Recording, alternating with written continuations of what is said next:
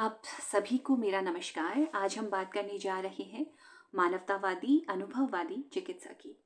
मानवतावादी अनुभववादी चिकित्सा एक सोच केंद्रित चिकित्सा है, यानी कि एक इनसाइट फोकस्ड थेरेपी है जो इस अजम्पशन पर बिलीव करती है कि किसी भी असामान्य व्यवहार का उपचार व्यक्ति की आवश्यकता तथा प्रेरणा के स्तर में वृद्धि करके किया जा सकता है। यानी कि आप क्या कर सकते हैं, किसी की मोटिवेशन लेवल को बढ़ा सकते हैं, ठीक है, उसकी नीड को में वृद्धि कर सकते हैं। तो इस बात पर ये विश्वास करती है। इस उपागम या मॉडल में मानव व्यवहार का आधार चेतन अनुभूतियों को बताया गया है। जिस तरीके से मनोगत्यात्मक चिकित्सा में व्यक्ति के व्यवहार का आधार अनकॉन्शियस एक्सपीरियंसेस को बताया गया है, वहाँ पर इस चिकित्सा में जो व्यक्ति है उसकी व्यवहार का आधार कॉन्शियस एक्सपीरियंसेस को बताया गया है। इस चिकित्सा पद्धति में व्यक्ति को सृजनात्मक तथा उत्तरोत्तर आगे बढ़ने वाला प्राणी माना जाता है। ये माना जाता है कि जो इंसान है या व्यक्ति है वो एक क्रिएटिव पर्सन है। कुछ ना कुछ क्रिएटिविटी सबके अंदर होती है और उस क्रिएटिविटी के बेसिस पर वो दिन प्रतिदिन आगे बढ़ता रहता है। और ये भी माना जाता है कि उस व्यक्ति के अंदर कोई ना कोई अंतःशक्ति होती है, कोई ना कोई पोटेंशियल होता है, और उसी पोटेंशियल की अगर वो पहचान कर लेता है तो उससे मार्गदर्शित होकर उस पोटेंशियल से गाइडेंस को लेकर के वो अपनी ज़िंदगी में कुछ अच्छा कर सकता है। और अगर इस अंतःशक्ति में कहीं ना कहीं गड़बड़ी उत्पन्न होती है तो इस वजह से जो व्यक्ति है उसका व्यवहार असामान्यता की ओर बढ़ता है। अगर हम इस पूरी चिकित्सा के सार की बात करें तो हम ये देखते हैं कि जो ये चिकित्सा है इसमें क्लाइंट को एक व्यक्ति के रूप में वर्धित करने का प्रयास किया जाता है। ये माना जाता है कि जो चिकित्सक होता है इसमें रोगी के अंदर एक उसकी जो अनोखी अंतःशक्तियाँ हैं, उसकी जो यूनिक पोटेंशियल्स हैं, उनको पहचानने में और उन तक पहुंचने में व्यक्ति की मदद करता है। और यहाँ पर यह भी अजम्पशन है कि जब क्लाइंट अपनी अंतःशक्तियों के करीब होता है, वो अपनी अंतःशक्तियों को पहचान लेता है, तो वह बिना किसी की मदद के ज़िंदगी में आगे बढ़ सकता है, अपनी समस्याओं का समाधान खुद कर सकता है और एक सफल व्यक्ति के रूप में वर्धित हो सकता है, आगे बढ़ सकता है। जैसा कि आपने देखा था कि मनोगत्यात्मक चिकित्सा जो है उसमें जो क्लाइंट और थेरेपिस्ट है उसके बीच डॉक्टर और रोगी का संबंध होता है। जो बिहेवियर थेरेपी है उसमें क्लाइंट और थेरेपिस्ट के बीच शिक्षक और छात्र जैसा संबंध होता है। लेकिन जो ये मानवतावादी अनुभववादी चिकित्सा है इसमें जो चिकित्सकीय संबंध होता है चिकित्सक और पेशेंट के बीच, क्लाइंट के बीच, वो फूल और माली की तरीके से होता है।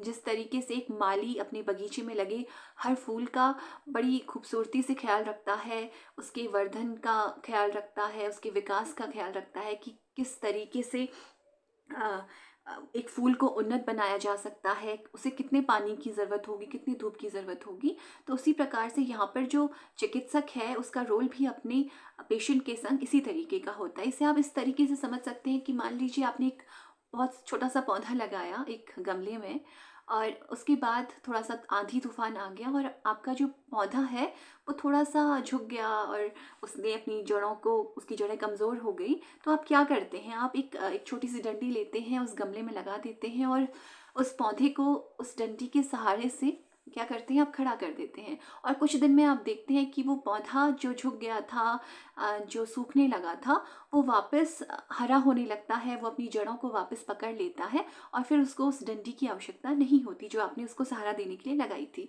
तो उसी तरीके से यहाँ पर जो चिकित्सक है वो भी अपनी जो पेशेंट है या क्लाइंट आप कह सकते हैं उसको क्या करता है, सहारा देता है। इसलिए नहीं कि वो उसको हाथ पकड़ करके उसके गंतव्य तक, उसके डेस्टिनेशन तक पहुंचा दे, इसलिए कि वो व्यक्ति अपने अंदर छुपे पोटेंशियल्स को पहचाने और अपने रास्ते को चुनने में, वहाँ तक पहुँचने में अपनी मदद वो खुद कर सके।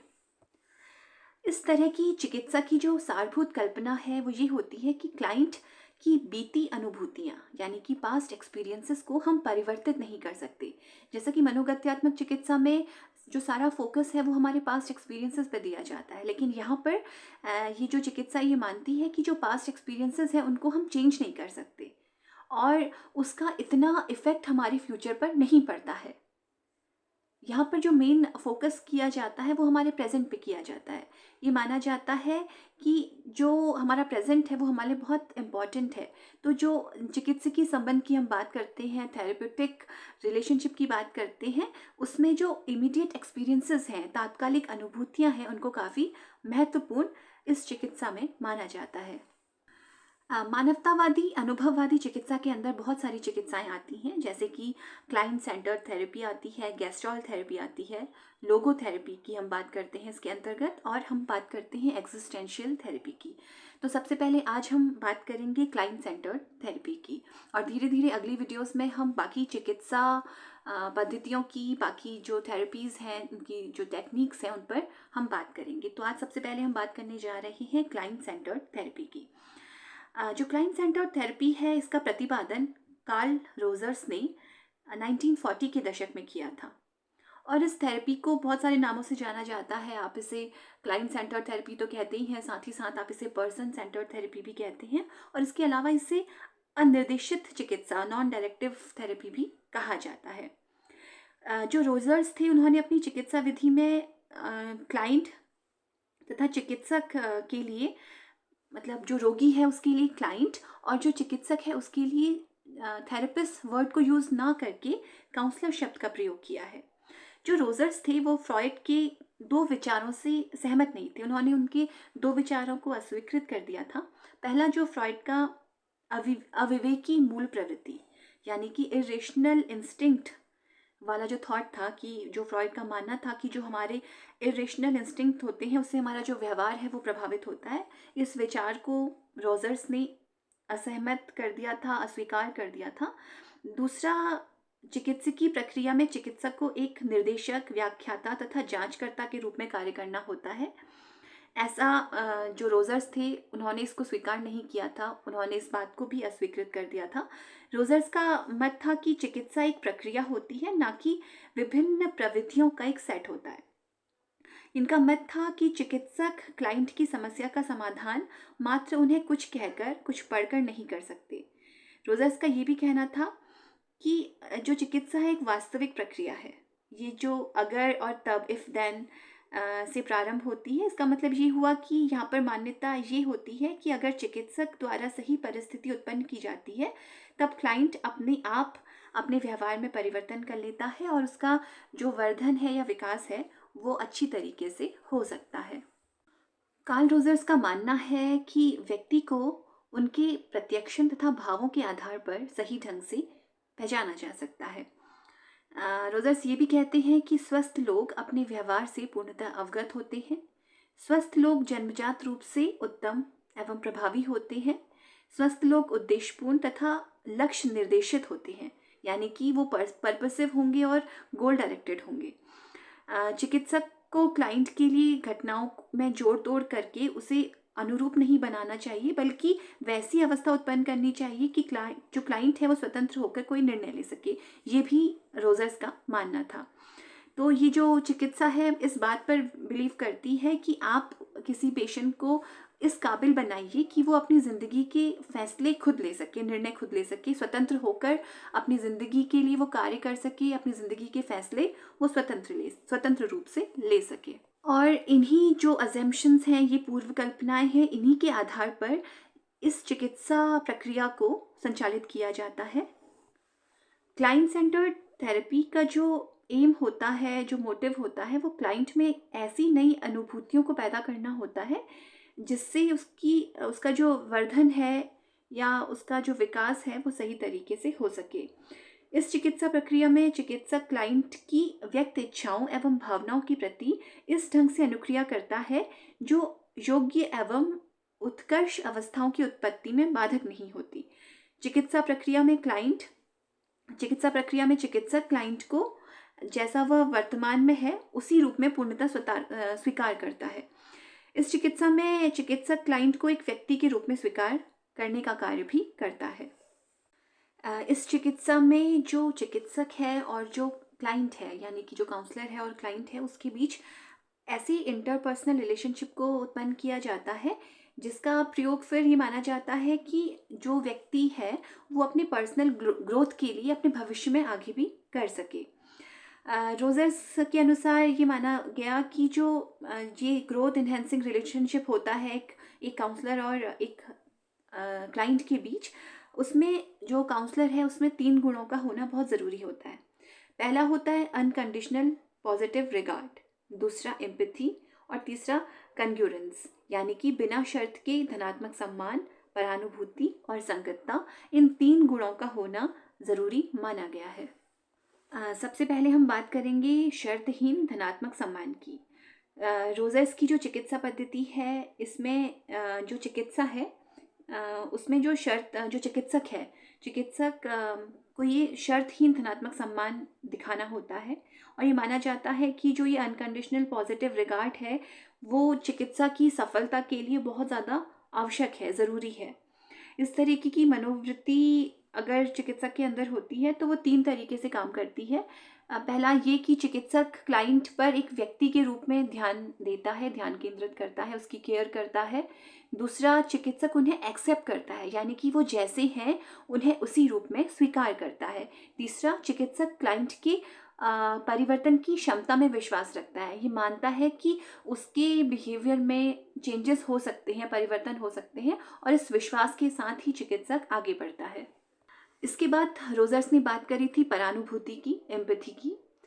एम्पैथी, जैसा कि आप जानते हैं कि सहानुभूति और परानुभूति में यही अंतर है कि परानुभूति वो है कि जब आप दूसरे की तकलीफ को उसकी जगह पर अपने आप को रखकर महसूस करते हैं, कि जैसा वो महसूस कर रहा है आप वैसे ही महसूस करते हैं। कि जब तक वो कहावत है ना कि जाके पैर ना पड़ी बिवाई वो क्या जाने पीर पर आई, कि जब तक आप अपने आप को उसकी जगह पर रखकर महसूस नहीं करेंगे तब तक आप समझ नहीं पाएंगे कि सामने वाला इंसान किस स्थिति में है। तो रोजर्स ने भी अपनी चिकित्सा में इस परानुभूति शब्द का प्रयोग किया है। तो रोजर्स के अनुसार परानुभूति से तात्पर्य इस बात से होता है कि चिकित्सक क्लाइंट के भावों को ठीक से समझे और वह उसे अपनी नज़र से ना देखकर क्लाइंट की नज़र से देखे। जब क्लाइंट ये समझता है कि चिकित्सक ठीक उसको वैसा ही देख रहा है जैसा वो है, उसी प्रकार से उसको परसीव कर रहा है, उसका प्रत्यक्षण उसी तरीके से कर रहा है जैसा वो क्लाइंट उसे दिखाना चाहता है, तो क्लाइंट और चिकित्सक के बीच जो आपसी संबंध होते हैं वो मजबूत होते हैं। इसको रोजर्स ने परानुभूतिक समझ, एम्पैथिक अंडरस्टैंडिंग की संज्ञा दी है। रोजर्स का ये भी मानना है कि जो चिकित्सक है उसको सिर्फ परानुभूतिक मनोवृत्ति यानी कि एम्पैथेटिक एटीट्यूड सिर्फ रखना ही नहीं चाहिए, बल्कि उसको अपने क्लाइंट तक संचारित भी करना चाहिए, कम्युनिकेट भी करना चाहिए। जो क्लाइंट है उसे पता चलना चाहिए कि जो थेरेपिस्ट है या फिर जो काउंसलर है, क्योंकि यहाँ पर काउंसलर वर्ड का प्रयोग रोजर्स ने अपनी चिकित्सा में किया है, तो वो जो काउंसलर है वो आपकी बातों को ध्यान से सुन रहा है। तो रोजर्स का ये मानना है कि ये जो परानुभूति है ये एक सत्र में विकसित नहीं होती, ये धीरे धीरे विकसित होती है, धीरे धीरे विकसित की जाती है। और जब ये विकसित होती है तो जो चिकित्सकीय संबंध हैं वो मजबूत हो जाते हैं। चिकित्सक द्वारा किए गए परावर्तन को देखकर क्लाइंट धीरे धीरे समझने लगता है कि जो चिकित्सक है उन्हें वो उसके भावों को समझ रहा है, उसे वो एक्सेप्ट कर रहा है, जिस तरीके से वो है उसी तरीके से उसे एक्सेप्ट कर रहा है, ना कि उसे जज कर रहा है। तो जब हमको ये समझ में आता है कि सामने वाला हमें जज नहीं कर रहा और हम जैसे हैं हमको वैसे ही एक्सेप्ट कर रहा है, तो उससे जो चिकित्सकीय संबंध है या फिर इंटरपर्सनल रिलेशनशिप्स हैं वो अच्छे हो जाते हैं। इसके बाद जो रोजर्स थे उन्होंने संगतता की बात करी थी। संगतता का अर्थ होता है यथार्थता से। इसे आप ऐसे भी समझ सकते हैं कि जो चिकित्सक और क्लाइंट है उनके बीच जो संबंध है वो यथार्थता पर आधारित होने चाहिए, वास्तविक संबंध विकसित करना चाहिए, ऐसा रोजर्स का मानना था। उनका ये मानना था कि जब जो संबंध हैं वो यथार्थ पर आधारित होंगे, वास्तविकता पर आधारित होंगे, तो ये संबंध जो होते हैं वो मजबूत होते हैं और जो संबंध विकसित करना ज़्यादा ईजी हो जाता है। इसमें फिर सफलता के जो चांसेस हैं किसी भी थेरेपी के वो ज़्यादा हो जाते हैं। और ये जो संगतता है, इस संगतता को उत्पन्न करने के लिए थोड़ा सा जो चिकित्सक है उसको थोड़ा इस पे काम करना पड़ता है, क्योंकि ये देखा जाता है कि जो चिकित्सक है उसकी जो फीलिंग्स और एक्शंस हैं उनमें आपस में संगतता होनी चाहिए, वो संगत होनी चाहिए। यानी कि जो आप बोल रहे हैं, जो आप भाव प्रदर्शित कर रहे हैं, वो जो क्लाइंट है उस तक वैसे ही पहुंचने चाहिए। यानी कि जो आपकी फीलिंग्स हैं और आपके जो एक्शंस हैं वो एक तरीके के होने चाहिए। यद्यपि ये सही है कि किसी भी चिकित्सक के लिए संगतता को प्राप्त करना बहुत कठिन कार्य है, फिर भी एक चिकित्सक को सफल होने के लिए अपने भावों और व्यवहारों में संगतता दिखाना बहुत अनिवार्य होता है, ऐसा रोजर्स का मानना था। और वो ये भी मानते थे कि अगर आप ऐसे संगतता दिखाते हैं, आपके व्यवहारों में संगतता होती है, आपके फीलिंग्स और एक्शंस में संगतता होती है, तो एक वास्तविक मानवीय संबंध, एक रियल ह्यूमन रिलेशनशिप आप कायम कर पाते हैं अपने क्लाइंट के साथ। इसके साथ ही साथ जो रोजर्स थे उन्होंने 6 तरीके की डायमेंशंस का, विमाओं का वर्णन अपने सिद्धांत में किया है। पहली विमा ये है कि क्लाइंट की अभिज्ञा में वृद्धि होती है इस थेरेपी से। जो क्लाइंट की अवेयरनेस है वो इंक्रीज होती है। इस तरीके की चिकित्सा में क्लाइंट अपने जो भाव हैं, अपनी फीलिंग्स हैं, उनके संपर्क में आता है, उनके निकट हो जाता है, जिसे वो पहले से अवेयर नहीं था या दूर था, वो नहीं समझ पा रहा था अपने बारे में, तो वो अपनी उन फीलिंग्स की से भी अवेयर हो जाता है जिनको वो आज तक नहीं समझ पा रहा था। इसके अतिरिक्त क्लाइंट अपनी वर्तमान अनुभूतियों पर ध्यान अधिक केंद्रित कर पाता है। इससे क्लाइंट की सेल्फ अवेयरनेस में जो है वृद्धि होती है। इसके अलावा जो सेकेंड डायमेंशन उन्होंने बताया था, वो ये कहा था कि इस चिकित्सा में व्यक्ति के आत्म स्वीकरण में वृद्धि होती है, यानी कि जो सेल्फ एक्सेप्टेंस है वो इंक्रीज होती है। रोजर्स का ये मानना था कि जो चिकित्सा के दौरान धीरे धीरे क्लाइंट आत्म आलोचना यानी कि सेल्फ क्रिटिसिज्म को करता है, और धीरे धीरे फिर वो क्या करता है, वो अपने आप को एक्सेप्ट करना शुरू कर देता है। यानी कि वो अपने आप को क्रिटिसाइज करके वो जैसा है उसी रूप में अपने आप को स्वीकार करने लगता है। इसके अलावा इस थेरेपी में संज्ञानात्मक सोच में वृद्धि होती है, यानी कि जो हमारी कॉग्निटिव फ्लेक्सिबिलिटी है वो इंक्रीज होती है। जो क्लाइंट सेंटर्ड थेरेपी है इसमें जो कॉग्निटिव फ्लेक्सिबिलिटी है इसमें बहुत इम्पोर्टेंस दी गई है, यानी कि संज्ञानात्मक लोच में बहुत बल दिया गया है। कैली ने 1955 में एक बात स्पष्ट की थी कि जब व्यक्ति वातावरण को एक निश्चित एवं आबद्ध ढंग से प्रत्यक्षण करता है, परसीव करता है, तो इससे ये समस्या उत्पन्न होती है कि आप जैसे कि मान लीजिए कि हमारे मन में धारणा होती है कि सभी राजनीतिक धोखेबाज होते हैं, तो ऐसा सोचना एक संज्ञानात्मक आबद्धता का उदाहरण है। तो जो क्लाइंट केंद्रित चिकित्सा है इस तरीके की संज्ञानात्मक आबद्धता को दूर करके परिस्थिति को विभिन्न ढंग से प्रत्यक्षण करने की जो प्रेरणा है वो क्लाइंट को देती है, ताकि उससे वो चीज़ों को अलग अलग तरीके से सोच सके और अलग तरीके से परसीव कर सके। तो इस तरीके की लोच, इस तरीके की फ्लेक्सिबिलिटी, जो कॉग्निटिव फ्लेक्सिबिलिटी है उसके अंदर ये जो चिकित्सा है वो पैदा करती है। इसके बाद रोजर्स ने बात करी है अंतर्व्यक्तिक आराम में वृद्धि की, यानी कि जो इंटरपर्सनल कंफर्ट है वो इंक्रीज होता है। रोजर्स द्वारा प्रतिपादित चिकित्सा में जैसे जैसे जो चिकित्सकीय सत्र है उनमें वृद्धि की जाती है, जो क्लाइंट है अपने विभिन्न तरीके के संबंधों में अधिक से अधिक आराम या सुख चैन को अनुभव करता है। क्लाइंट सुरक्षात्मक अंतर्व्यक्तिक उपागम, डिफेंसिव इंटरपर्सनल जो अप्रोचेस हैं उनको त्याग कर देता है और उससे जैसा वह है उसके बारे में ही लोगों को बताकर खुशी मिलती है। यानी कि जैसे शुरुआत में मैंने कहा था आपसे कि जो चिकित्सा है वो इस चीज़ में बल देती है कि जो क्लाइंट है वो जैसा है उसे वैसा ही स्वीकार किया जाए। तो कई बार ऐसा होता है कि हम अपने आप को उसी रूप में स्वीकार नहीं कर पाते जैसे हम हैं, और हम दूसरे को भी अपने आप को उस रूप में नहीं दिखा पाते, तो हम अपने आप को बदलने की कोशिश कर रहे होते हैं, दूसरे से छुपाने की कोशिश कर रहे होते हैं, या फिर अपना एक दूसरा रूप सामने वाले को दिखा रहे होते हैं। तो ये जो चिकित्सा है इसमें हमारे जो अंतर्व्यक्तिक आराम है, जो हमारा इंटरपर्सनल कंफर्ट है वो इतना इंक्रीज हो जाता है कि हम जैसे हैं हम दूसरे के सामने उसी रूप में आ करके खुशी का अनुभव करने लगते हैं। इसके बाद रोजर्स ने बात करी है आत्म आस्था में वृद्धि की। रोजर्स मानते हैं कि जैसे जैसे चिकित्सा सत्र आगे बढ़ता है क्लाइंट दूसरों पर कम निर्भर रहने लगता है तथा उसे अपनी क्षमताओं पर अधिक से अधिक भरोसा हो जाता है। इसका परिणाम ये होता है कि क्लाइंट विभिन्न सामाजिक परिस्थितियों जैसे शादी, पार्टी, भाषण आदि परिस्थितियों में बिल्कुल भी नहीं डरता, क्योंकि वह समझता है कि जो वह सोचता है वही उतना महत्वपूर्ण है जितना दूसरे लोग सोचते हैं। यानी कि उसके जो सेल्फ कॉन्फिडेंस है वो इतना बढ़ जाता है कि वो अपने आप को एक्सेप्ट करना शुरू कर लेता है। इसके बाद रोजर्स ने बात करी है changes in overt behaviour of the client के स्पष्ट व्यवहारों में परिवर्तन की। क्लाइंट सेंटर थेरेपी में क्लाइंट के जो स्पष्ट व्यवहारों में काफ़ी परिवर्तन आ जाते हैं, उनका व्यवहार पहले से अधिक मैच्योर हो जाता है तथा जो आत्म है, सेल्फ है, कि जो वस्तुनिष्ठ विचार होते हैं वो काफ़ी मजबूत हो जाते हैं, वास्तविकता पर आधारित हो जाते हैं तथा उसके व्यवहार में मनोवैज्ञानिक तनाव जो है वो स्पष्ट रूप से कम दिखाई देने लगता है।